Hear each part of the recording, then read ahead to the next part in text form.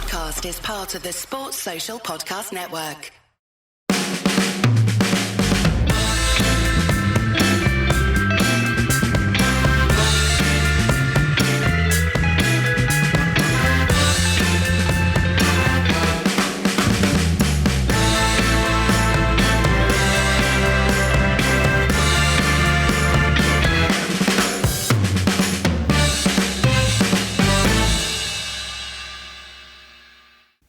Welcome to No Question About That. We are reviewing United 4, Bournemouth 4. Madness, frustrating, entertaining, all of the above. That's just Daniel Harris. How's it going? In the end, I mean, it's frustrating, as you said, but there was some stuff in there that looked a bit like football. Oh, yeah. We should be watching. So, it started this game brilliantly. I mean, I don't know what they put in the pre-match tea or whatever they drink these days. Obviously, it's not tea or orange slices or any of that kind of nonsense, but United were really aggressive on the front foot, pressing really high, putting Bournemouth under pressure. They looked fluid, even without I guess you'd call a traditional striker in there, the front four, sometimes front seven, depending on who was pushing forward. They looked good. United could have had several before Bournemouth equalised. Yeah, because I think when there aren't that many things I like about this formation, but when it does work well, you get someone with Ahmad's ability running with the ball coming from so deep, it's quite hard to mark. And then in the middle, you sort of squashed in quite a lot of technical players. Because Casemiro and Bruno aren't a pair that are going to physically dominate, I'm not sure there is a pair that could physically dominate like that in this division. Even if I had two technical brutes, I'd still want another one, really, if I wanted to control the game. And it wouldn't have to be a technical brute, but I'd still want another player with them. I said this last week, but Keane and Vieira, I still want Scholes. I wouldn't want another fucking defender. Yeah. And so, but when it works, so like it was tonight, you've got, Cunha, Mount, Bruno, all Casemiro, all really good players who are moving the ball really quickly. And so they can play simple passes that are also good passes because they're close together. And what we don't often have is the ability to keep the width, but actually we did an all right job of that, relatively speaking. Yeah. Yeah. There's a lot of talk before the game about, reporting from Laurie Whitwell about them potentially moving to 4-3-3 during Afcon. Obviously, Amorim has always sort of disavowed the notion that the formation matters. And you can see in various phases of the game, United were in their 3-4-3 or 3-5-1, whatever the hell it actually was. And then moving to something that looked more like four at the back in attacking phases of the game. And you can kind of see that. Of course you can, right? But there's focus on this formation because of what it does to the team. And when Ahmad is in it and flying like that, he has an extra attacker. Amorim talked before the game. He said if we were to move to four at the back, it'd take away an attacker. And I don't think you and I have ever seen it like that, ever. And we've seen it you take away a defender and you have another attacker on the pitch. This is the only sense in which Amorim can be right, really, when you get one or two of the wing-backs pushing deep into the opposition half. And that was true, at least part of tonight. United were brilliant for the first, half an hour or so, and just really should have capitalised much, much more. And that was the good part of Amorim's system. What I thought also made a difference is Heaven is much better on the ball than De Ligt is. Yeah, for sure, yeah. And he's able to move away from challenges, carry it forward. He's always trying to look to play a penetrating pass, not always, but a lot of the time. And there's just enables you to start attacks much quicker. And so I think that's also making a difference. I mean, I'm not saying he's a better centre-back than De Ligt. Maybe overall he isn't. Who knows? I mean, we can see goals from both of them in the team. So yeah, I think he's got some maturity on. First Menyo's goal, he didn't cover quick enough for sure. Mount had to go at him after that. You can blame a bunch of players for that one. But so when you started doing when they scored that goal, in the first instance, obviously it's Shaw that gets bullied off the ball, but he does have to then come over, and you can see him thinking about it. And I think that what he was originally trying to do was sort of get halfway between them which is something Laurent Blanc used to do. So that's basically, if you're halfway, that's the hardest pass for them to play. And then it just, the play unfolded, he ended up being further away from it than he thought he was going to be. Like what he did, but I mean, I've written in my notes something like, well, they're written, yeah, there'll be, you watch thinking there'll be another chance along in a minute, but these counts. Because at some point they're gonna do that. Yeah, that's the frustrating. We don't seem to have been able to get the balance between attack and defence at any point, really, under Amorim. I mean, it's true under Ten Hag as well. That many of these games, we feel like they've got 5 defenders on the pitch with 2 sitting in front of them, and we can't create chances. It's 3.5 XG tonight, 4 goals. I'm sure in some models it'll be even more XG than that, depending how they interpret some of the chances. Because it was about 99, wasn't it? 0.99 for Ahmad's goal, I'd imagine. Yeah, and it's also the one that Bruno missed in front of the net. Not Bruno, rather than Bruno, sorry. Yeah, well, oh God, yeah. He should have had a couple tonight. Yeah, his finishing was a bit off, wasn't it? We just don't seem to get that balance quite right. And I think it's true that we'll never have control in this system. I just don't see it. I mean, you even see it when, I didn't try and play out the back too much really tonight. When Heaven had it, as you say, he's much more penetrative. When long ones have it, they just go long all the time and they really only keep the ball 50% of the time, right? It's going into Mount in the half space and it's bouncing off him. Not his forte, But what I also think is, you're in this situation where you don't have a centre forward on the pitch. And one of the reasons, obviously, is Šeško's been injured, food poisoning, whatever, but it's a decision every time for the manager. Does he play Šeško basically, or does he play Mount? And the reason you're doing that is you're compensating for the man in midfield that you don't have. And so what he said about having an attack of fewer is bullshit, because what you're actually doing is you're not playing a centre forward almost, because you played an extra centre back. And the problem that I have with this, one of the things I was thinking about watching the goals that they scored today as they sashay through the middle again, is that Rio Ferdinand, I think I recounted this, like he said that on here a while ago, he was talking about when he started playing in the back and he realised that he didn't like attackers running at him. So he made sure that he would organise the people in front of him so that didn't have to happen. And the way that we're sort of the other way around, because we have the extra defender, not the extra midfield player. If you've got like 2 or 3 dickheads from tearing your 3 centre-backs, that's a problem. If people are running at your defenders, that's a crisis. Whereas if you've got an extra man in midfield, you might have stopped that from happening in the first Stop it beforehand, yeah. And be controlling the game. Yeah, he was really dismissive of this notion in his Friday press conference, wasn't he, about, he was specifically asked, did he rate Mainu and would he bring him to the middle? Then he extended his answer to talk about, well, you think bringing Mainu into the middle gets an extra midfielder in there. I think it takes an attacker away. I'm paraphrasing that. And, the rights and wrongs of Mainu being in the side or not, fine, we can talk about that. I'm sure we will. But the rights and wrongs of having 3 men in midfield, it's always compensating one way or the other. And I think it's likely to put more pressure on that back 3. Now, can they create additional overloads to compensate for that? They did over and over again tonight in attacking phases of play. But you saw Bournemouth, who've got an absolutely dreadful away record at the moment and can't score goals away from home, just cutting through us all the time. And so, and it's funny because, we can rightly be accused of flip-flopping on this, because so much of the time we've complained on this pod about how defensive United are with 5 defenders and 2 sitting in front. And it was almost the opposite tonight. And that balance has not happened. And he's tinkering around. He talked about it in his press conferences. I'm trying to find solutions to help us win games. I'm he shouldn't necessarily still be tinkering at this point, but I sort of prefer him to be tinkering than to be accepting the fucking dross that we've seen until this point. For sure, yeah.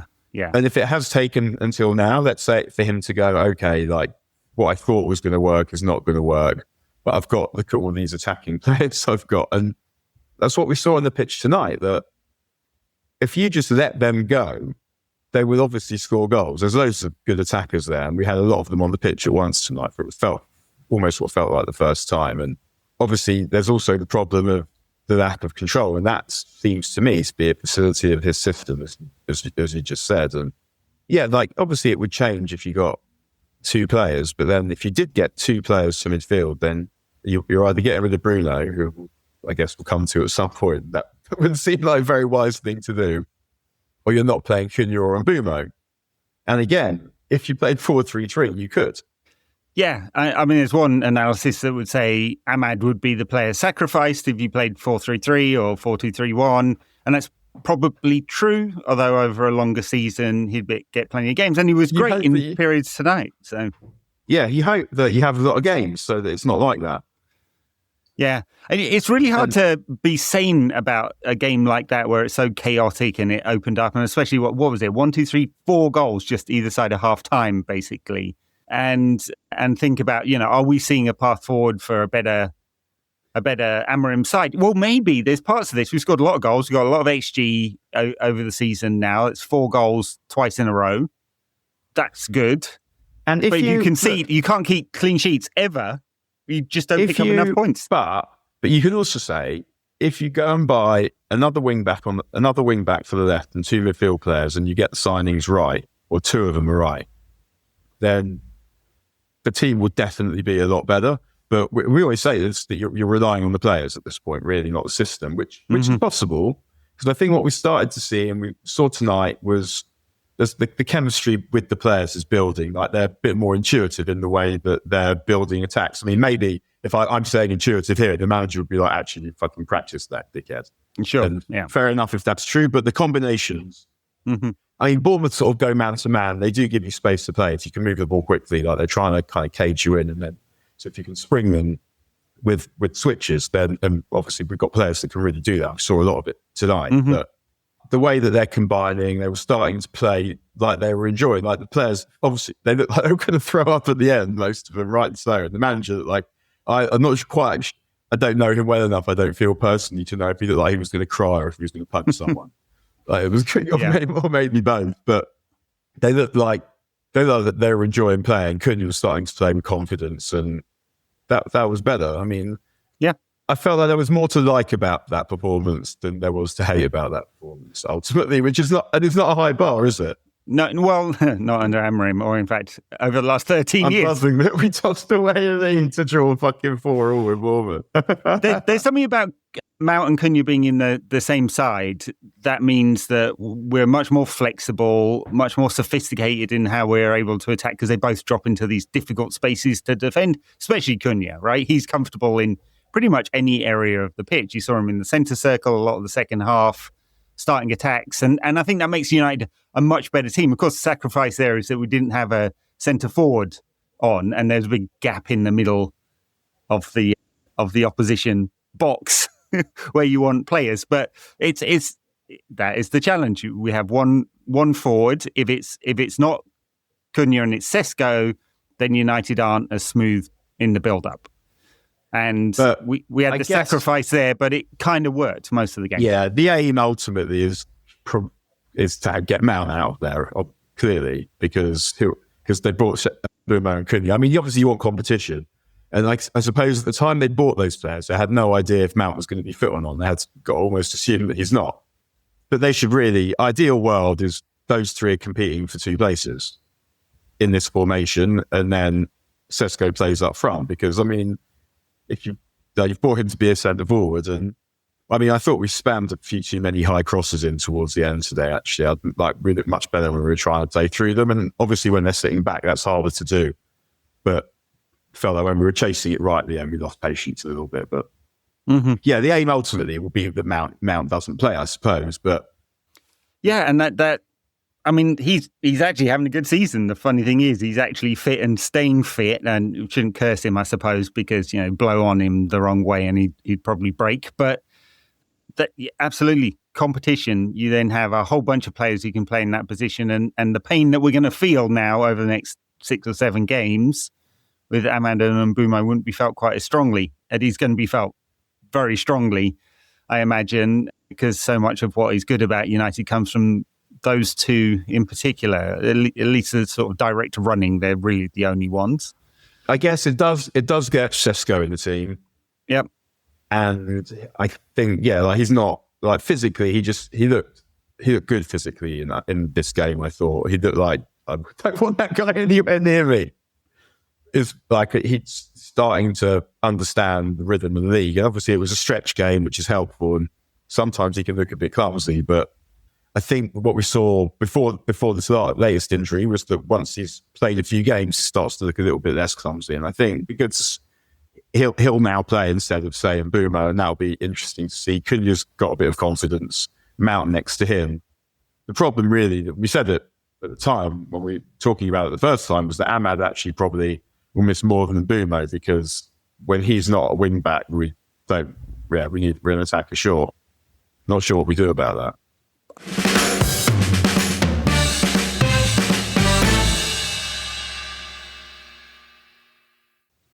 Starting a business can seem like a daunting task, unless you have a partner like Shopify. They have the tools you need to start and grow your business. From designing a website to marketing to selling and beyond, Shopify can help with everything you need. There's a reason millions of companies like Mattel, Heinz, and Allbirds continue to trust and use them. With Shopify on your side, turn your big business idea into... Sign up for your $1 per month trial at shopify.com/special offer. I had that dream again. My small business needs to hire, but I don't use LinkedIn, and I hire an energy vampire. But also they're a literal vampire. And suddenly my team is spending all their time sharpening wooden stakes and buying bulk silver and rehearsing ancient chants, and then I wake up. Don't let hiring nightmares ruin your dreams. LinkedIn Jobs' new AI assistant takes insights from over 1 billion professionals to create a short list of the best fits for you. Post your job for free at linkedin.com/quality. Start hiring today with LinkedIn.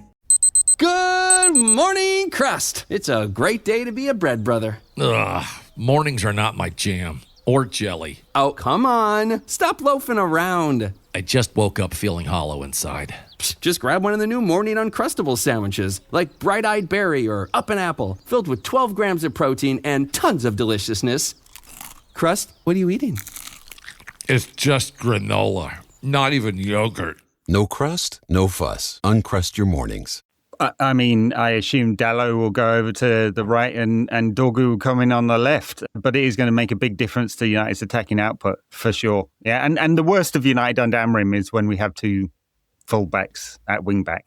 Although, mind you, the more we shit on Dalot, the better he seems to play, so maybe we should do that more often. Yeah, he's actually been pretty good. He played all right. He played all right tonight. And I don't know how on the Sky feed, that tackle, that thing he gets booked for when he, on Semenyo, how they managed to talk about that on the television without mentioning Harry Kane, whose signature piece it was.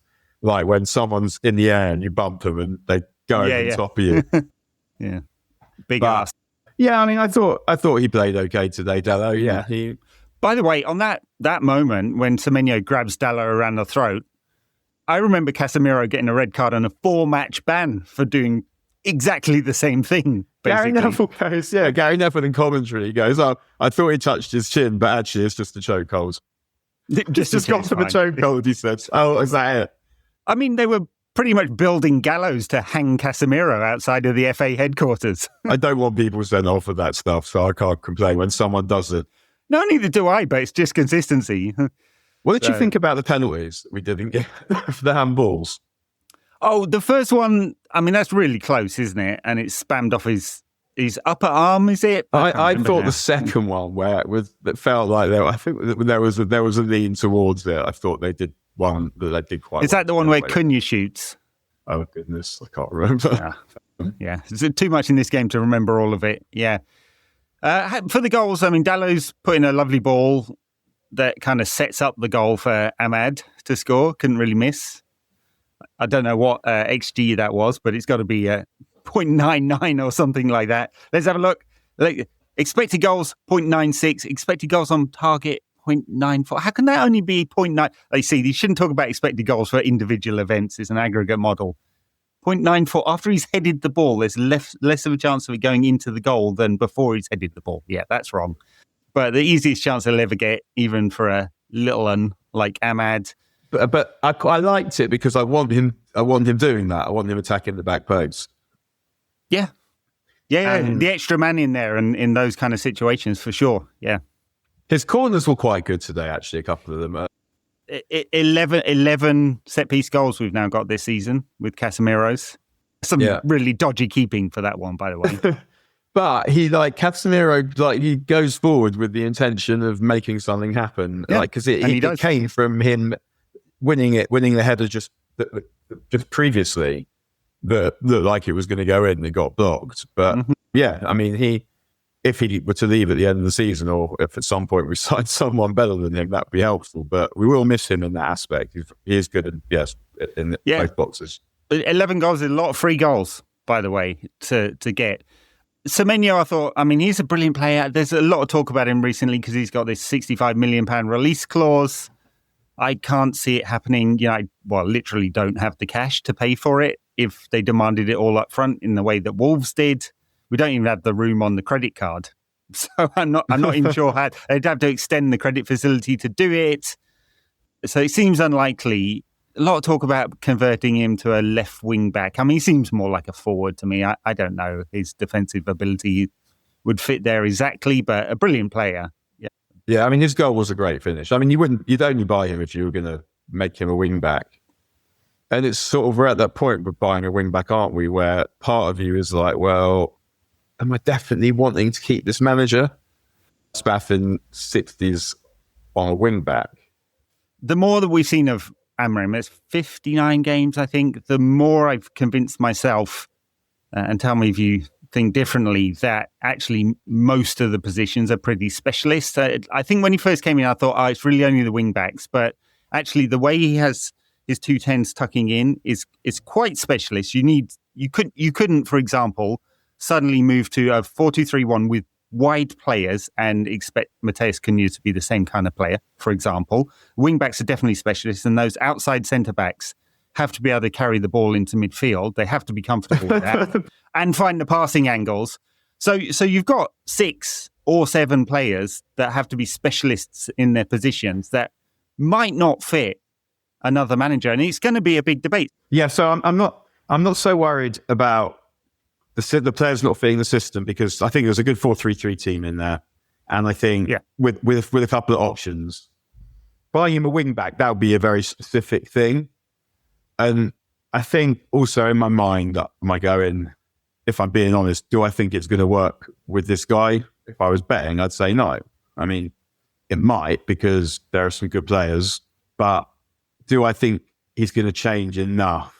No, not really. And then it's all on the players and all on his ability to motivate them and organise them. And the portents on that, in that aspect, are not good. Yeah, it's really hard to say where the ceiling is. I think there's many, many times that I'd have said it was about, 80-20 in favour of him failing at United.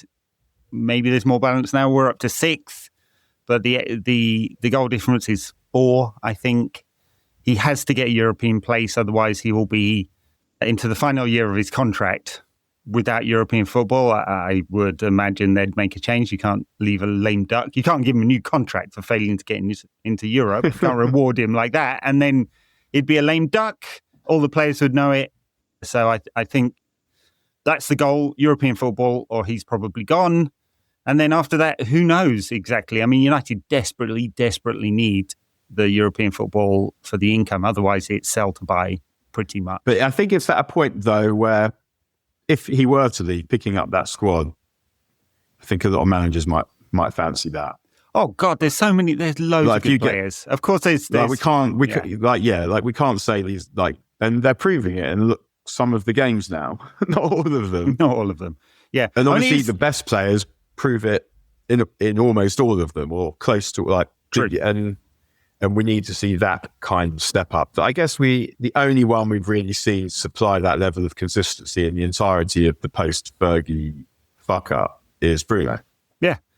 I want to get onto him in a second. We were going through the goals. Me too. Me first. Evan Nilsson scores just after half-time. He scored 1 goal all season. He's a good player, but he's not had a good game.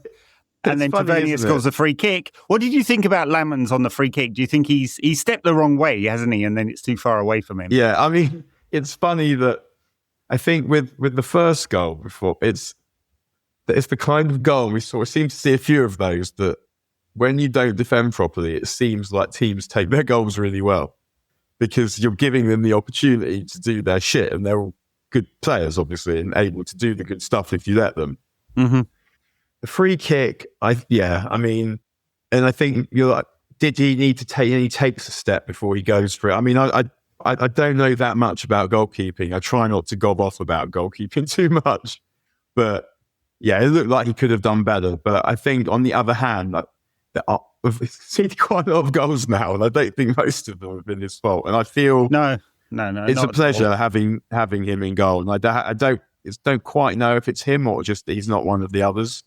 But yeah, I mean, the save he makes with his leg, the save he makes with his leg was a really brilliant save because you can see always that decision-making process where his action's so quick. He's about to do hands, and then he realizes it's got to be leg, and he does leg. I mean, he's got potential, and I think like if he just continues doing what he's doing, he might be good enough for a good team because he's not dropping too many bollocks. And if the team's really good, then that can be good enough sometimes. But he's made some brilliant saves as well. Yeah, absolutely. I've got a lot of hope for him. I think the areas of his game that we haven't seen much of are his passing, because at some point, if United want any kind of control, they can't just hoof it from goal kicks every single time, which is what happens now.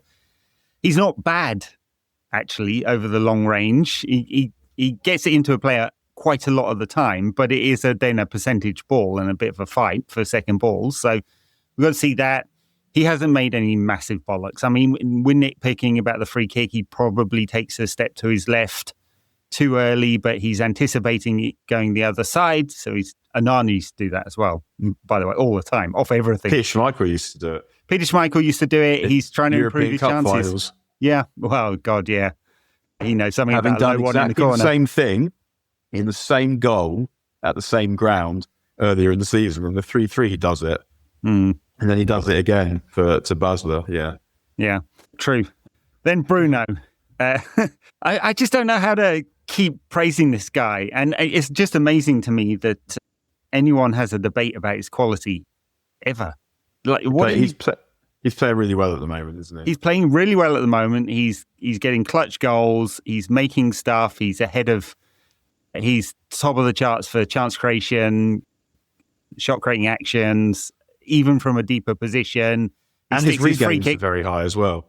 Yeah, and he sticks his free kick right in the top corner. I mean, what else do you need? Yeah, he is a good ass footballer. And if he had players around him of his quality, he'd be a proper great of the English game, I would say. Yes, and I think that's where any of the debate, and of course in social media, like it's all designed to polarize because that's the only thing that gets engagement these days.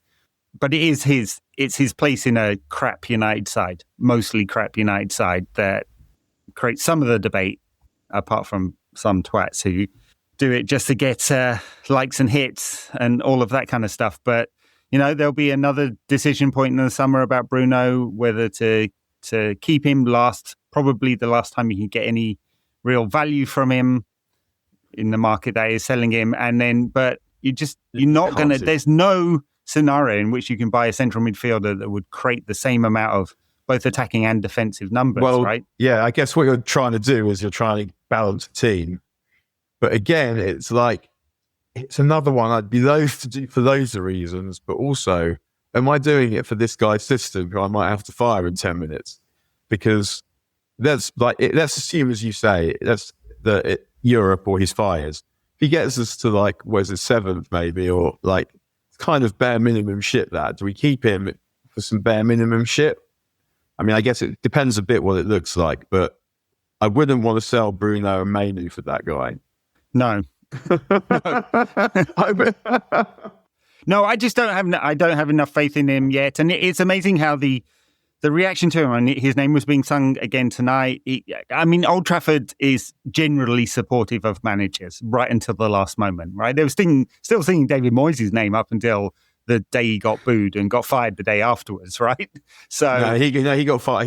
His last game was Everton, because I remember I was at that and Everton was singing "Stuck with Moyes, stuck with Moyes." Yeah, that's right. Okay, it's funny how things now work, and then, but also I remember we were so bad that day. Everyone apart like Mata tried hard, he'll Mata, but everyone else basically totally turned up by then.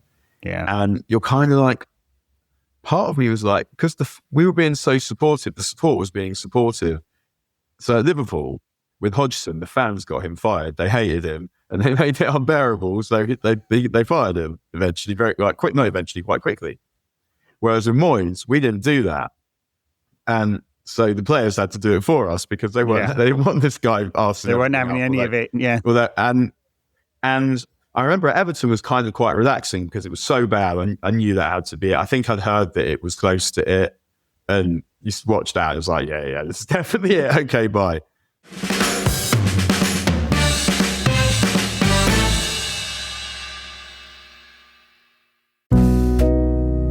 The world moves fast. Your workday, even faster. Pitching products, drafting reports, analyzing data. Microsoft 365 Copilot is your AI assistant for work. Built into Word, Excel, PowerPoint, and other Microsoft 365 apps you use.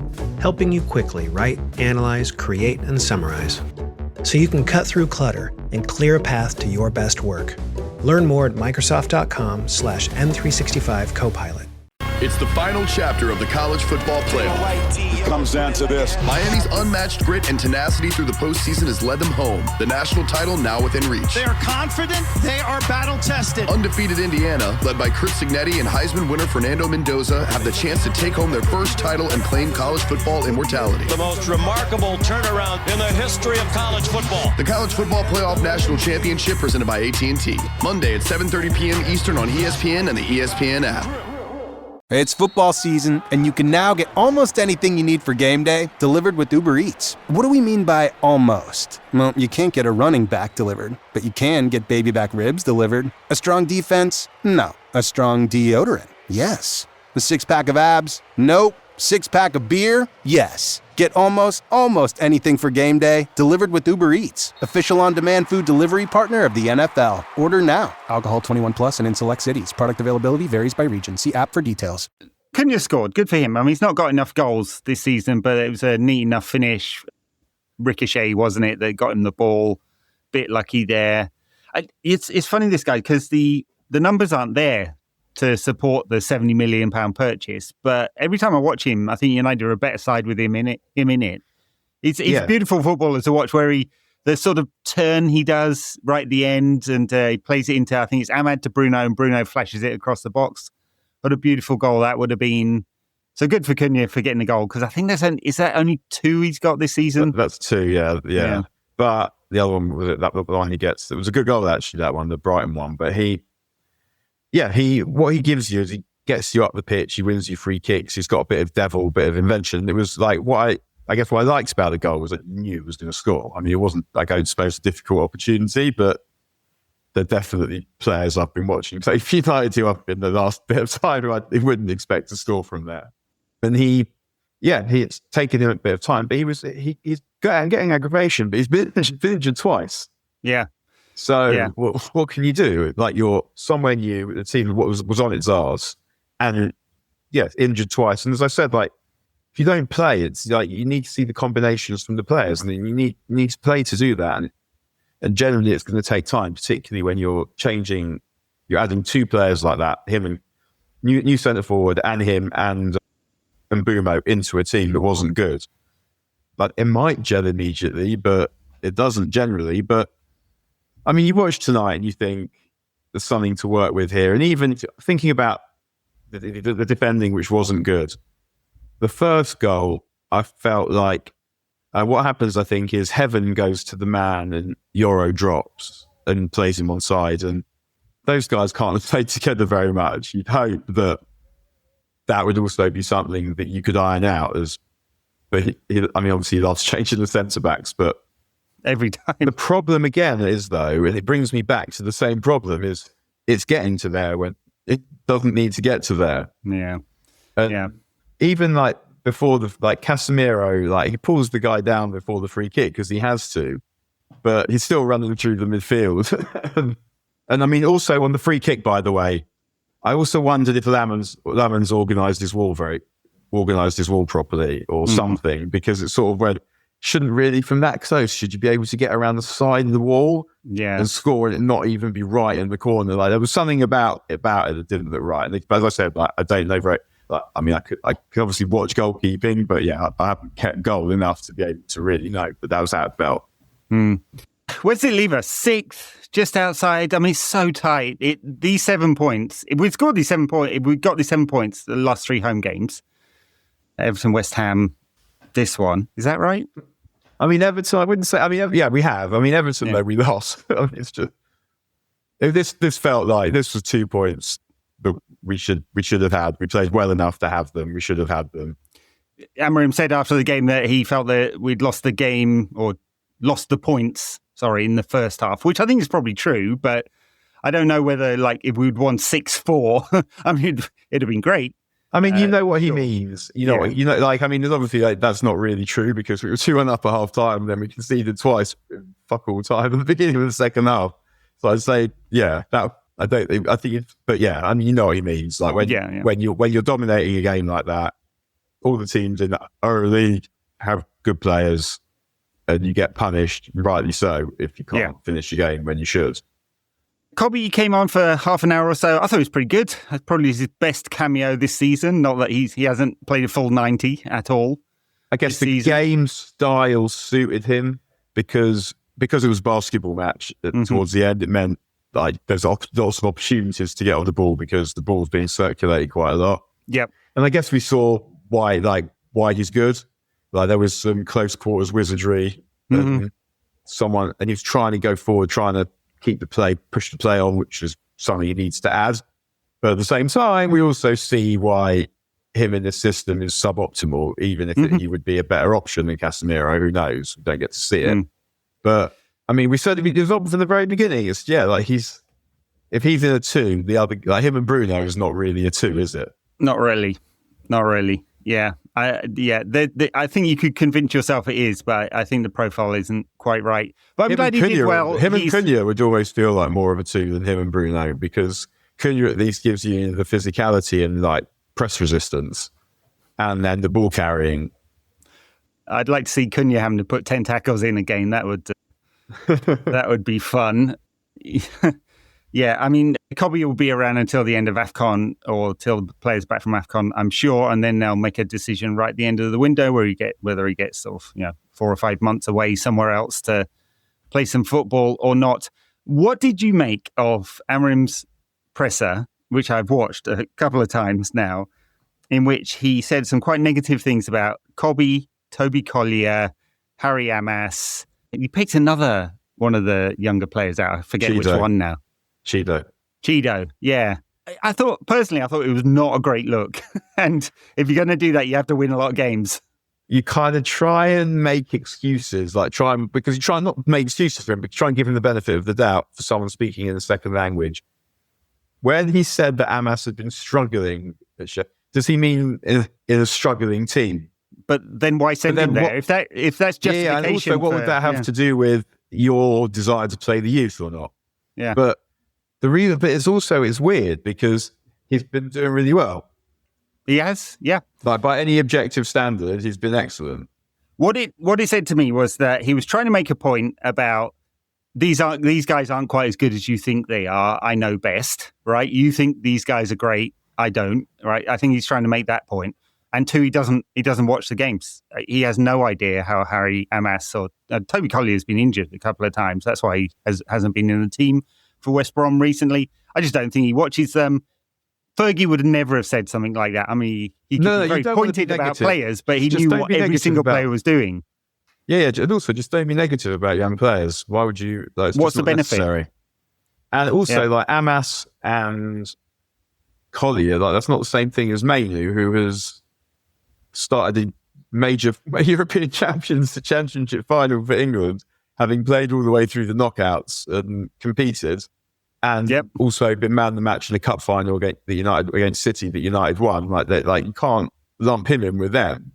Like he's not done loads. Obviously, I'm not trying to pick him up, but like he's someone who's done some stuff in the game, and other people have thought he was a good player. Yeah, not just like amateurs, not like us and journalists, whatever. Like actual professionals and other managers think that he's good. And I mean, on the other hand, like, would Arteta sign him? Would Arsenal sign him? Would Liverpool sign him? Probably not. Yeah, I don't know the answer to that one, and we don't know the path, but he's lost a year of football. So I think I'm less worried about the kind of, I mean, because we've talked about Cobby so much. I think the general attitude from Amorim seems to be, you guys don't know what you're talking about. Don't question me about this. I know better. And then he said a few things he probably should have shut his mouth about. I guess so. So looking at it from his perspective, then, is he thinking, they're forcing me to say that I don't think these guys are any good, and I've tried not to do it. What can I do here? But there's a positive way of doing it where you say, I mean, but they're not. It's not a problem with Amas and Collier. Like, no one's saying, why isn't Collier playing or anything? No one thinks Collier's going to play for United, right? But again, with Manu, it's a different thing, because he can't. With Collier and Amas, he can go, well, Amas is there to get experience. He's doing really well. In theory, this is what he could have said. He's doing really well. But Manu's at a different stage in his career. So if he says he doesn't think Manu is good enough, that's kind of a problem. Back in the days when I was in the corporate world, one of my bosses said to me, ignore anything anyone says before the but, right? And so he was asked, do you rate Cobby Manu? And he was like, of course I rate Cobby Manu, but... And then he went into all the stuff, and but also, like, to give him no football like this when we've been shit like this does feel like you don't give a fuck about his development, and I don't enjoy that. No, neither do I. I mean, keeping a player for a full season while giving him somewhere between 3 and maybe 30 minutes a game is a young player. That does seem pretty destructive. And also, you need rhythm. It's not even like he's getting half an hour every game or whatever. Like, sometimes he's getting jack shit. And yeah, I mean, the idea that we could produce a player with his natural talent and not at least not try and make it work is annoying. Mm-hmm. Because, and I think we've always been honest about him on here. Like, we know that he's not a perfect player, but if you put him in a 4-3-3, you've got to be able to turn him into a player.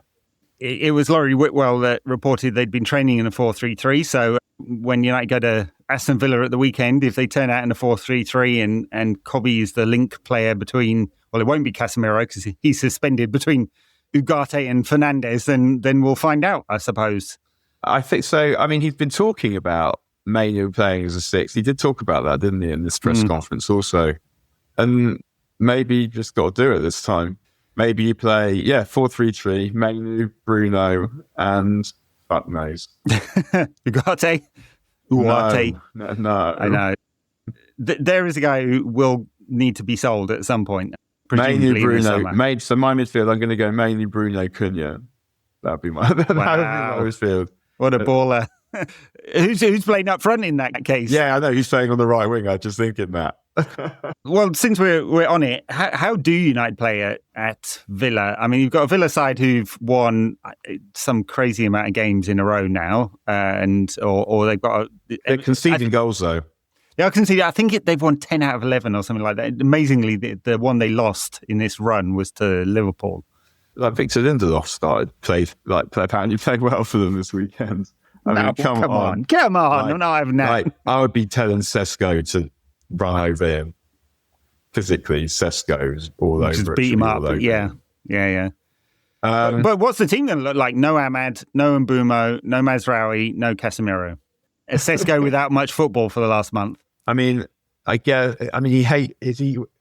we have any option but to play Ugarte?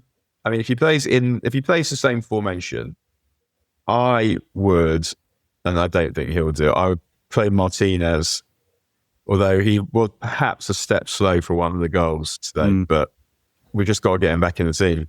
And I'd play Shaw at left wing back. And then my midfield too, it feels like suicidal to say Bruno, Manu, but at the same time, I can't really be doing with Ugarte. I don't think that's going to be good. It hasn't played. And one of the things back, because we've been talking about Manu, is again, it's that rhythm. So, and it's the same with Ugarte, even though I think he's whack, even though I think he's shit. If he played in all the games, he wouldn't be as shit, probably. And You still don't do that because him not being as shit is still quite shit. But if you keep putting players in positions and just saying, right, play at an elite level, but not very many can do that. I can't find a lineup that I'm happy with. Unfortunately, there's going to be a compromise somewhere.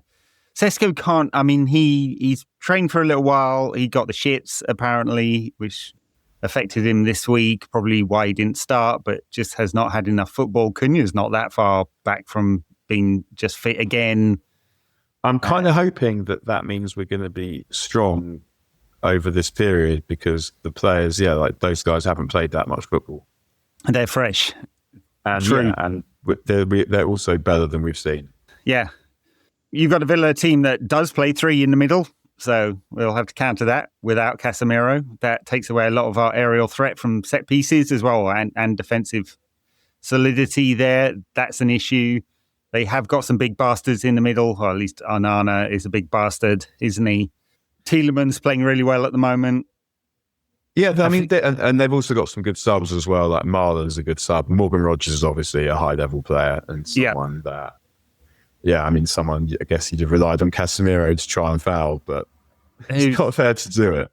He's fully going to enjoy running at United's back three, for sure. Their high line, I think we can enjoy their high line also. Yeah, very and true. I definitely would want Sesko for that. And to beat up on Victor Lindelof, as you said. yeah, that one's for Daniel Harris. I wanted to say that. Yeah, in the mix zone afterwards. Dan. He's like a nice guy, Lindelof, but yeah, amazing that he's played that many games for United. 400 of them. Yeah. About 390 of them with Harry Maguire, who was at the stadium tonight but is still not fit. I don't know about Matthias de Ligt. They've given no information on when he'll return. I mean, it's one of those things where there's like part of me that doesn't mind that they're not fit because I feel like we can get really good with either of them? And the answer to that is probably no. And the answer to that with the others probably no as well, but I'm not as certain. So because even if Amorim, if it doesn't work with Amorim and we're stuck, if we go back to a back four, I can't imagine a situation where Harrence or De Ligt are in my first two. Yeah, it really does depend on the style. If there was a new manager, how high they want that line to play. But because it's not going to be a manager that wants to defend the box. Like like whoever it would be, it's not going to be that. It's going to be someone that wants pacey defenders. You can defend the space behind, who can defend high and win races. I mean, I feel like Amorim sort of sometimes wants that, but then he likes to drop back very quickly into a back five and defend the box. But that's also, I suppose, a facility of people just waltzing through the midfields. Oh dear. All right. Well, it's going to be a testing period. Villa, Newcastle, Wolves again, I think, over Christmas. It is. I guess we'll definitely win that one. Wolves are pretty bad. And Newcastle are not playing well at the moment. They created, I think it was 0.29 XG against Sunderland. They were poor against Sunderland, but I feel like we're one of those teams that teams like to play their way back into form against, like we just saw this evening, actually. We did our best. Well, look, it was a victory, not a victory. It was 4 goals, lots of entertainment, a bit of chaos ball.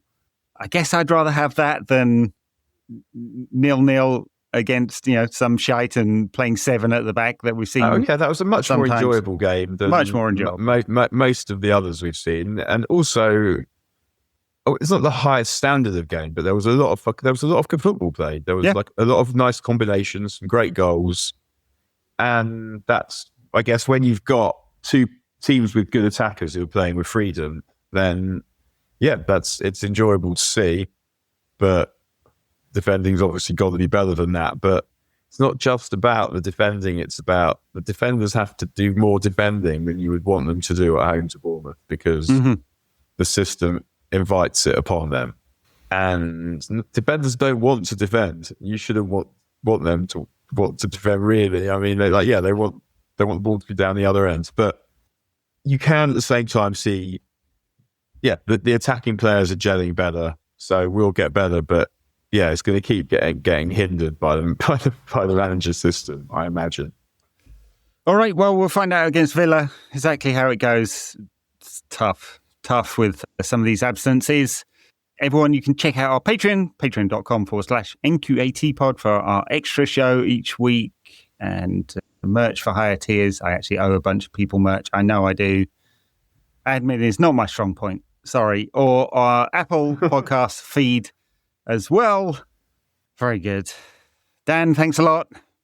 Thanks, everyone.